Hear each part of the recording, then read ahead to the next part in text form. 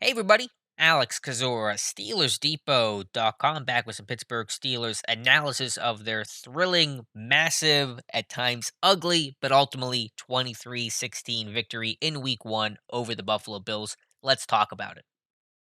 And I'll start things off here because I've already gotten a couple comments about it, and I'm sure I'll get a couple more. I was wrong. I picked Buffalo to win this game. I did have it a one possession game, but ultimately the Steelers win it. And so I'm always happy to be wrong about that. I just recognize Buffalo is a really good team. They still will be, but man, what a really impressive performance by the Steelers, particularly the Steelers defense, which kept the score down and kept Pittsburgh in this game until they made splash plays offensively and on special teams in the second half. But this was the number two scoring offense in the league last year in Buffalo with a emerging quarterback, weapons galore at receiver, a good offensive line overall, especially two strong tackles that have had a lot of success both schematically and individually against Pittsburgh's pass rush in 2019, 2020. Josh Allen sacked just twice in those two combined games. Today he's dropped three times, and that front seven for Pittsburgh is the strength of the team, and they played like the strength of the team.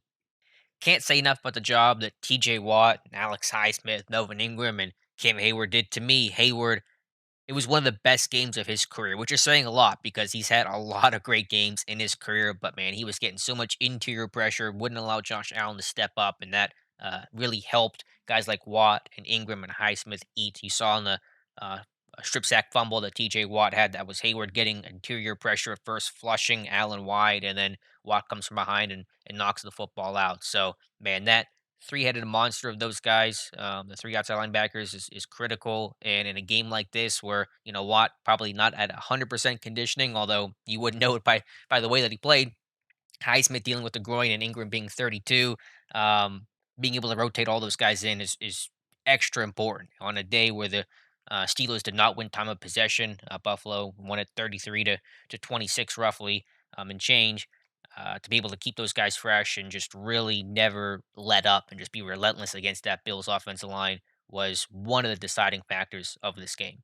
Just thought overall, Pittsburgh's defense, kind of last couple points there, being able to defend short fields. You get the 75-yard kick return by Isaiah McKenzie on the opening kickoff, and Pittsburgh's able to hold him to three. You get the Presley Harvin 31-yard punt that starts Buffalo in Pittsburgh territory, in plus territory, and you get the strip sack fumble, I believe it was there, to keep Buffalo off the scoreboard. So making those plays that helps keep the score down and holding Buffalo to three or no points at all was so vital because the offense in this one ugly in the first half, no other way of saying it. Couldn't do much of anything, and it didn't get a whole lot better, but it made plays when they had to. Deontay Johnson with that great tip drill catch that was obviously huge. A couple of big plays in the last drive there, catches by Juju and Claypool to eat clock and kind of ice things with Chris Boswell nailing that 45-yarder. So obviously, work to do offensively. You kind of expected that. Again, Buffalo's a good defense, good scheme overall, but the defense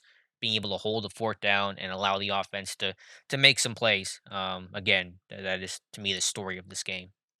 Special teams was surely up and down quite a bit. It was down early with the long kick return by McKenzie. Nearly had a pump block on Harvin's first try, but they made their own splash. And Killebrew getting that block punt on a great scheme, great little twist there from Killebrew. We'll break it down for the morning on Steelers Depot and take a look at it again.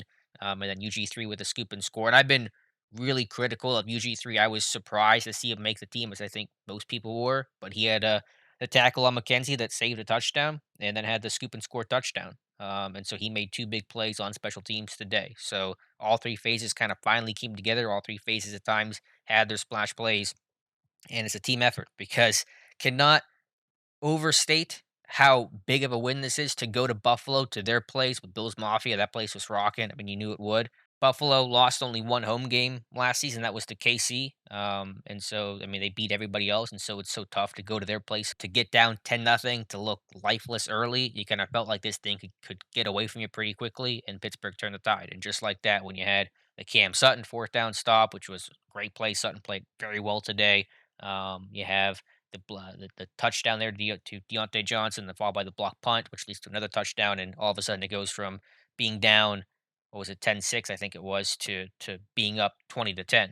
And that's a massive swing in a short amount of time. And those are very specific plays you can point to: the Sutton stop, the Johnson touchdown, and the Killebrew block, UG3 score that changed this one in a moment's notice. And from there, then Buffalo had to throw, and Pittsburgh's pass rush could really get after it even more, although they did all day long. So overall, a lot I know I'm not covering here. Offensive line shaky. We'll go ahead and look at it again. Bunch of holding calls missed by the refs. We'll talk about that. That's kind of low hanging fruit in my opinion.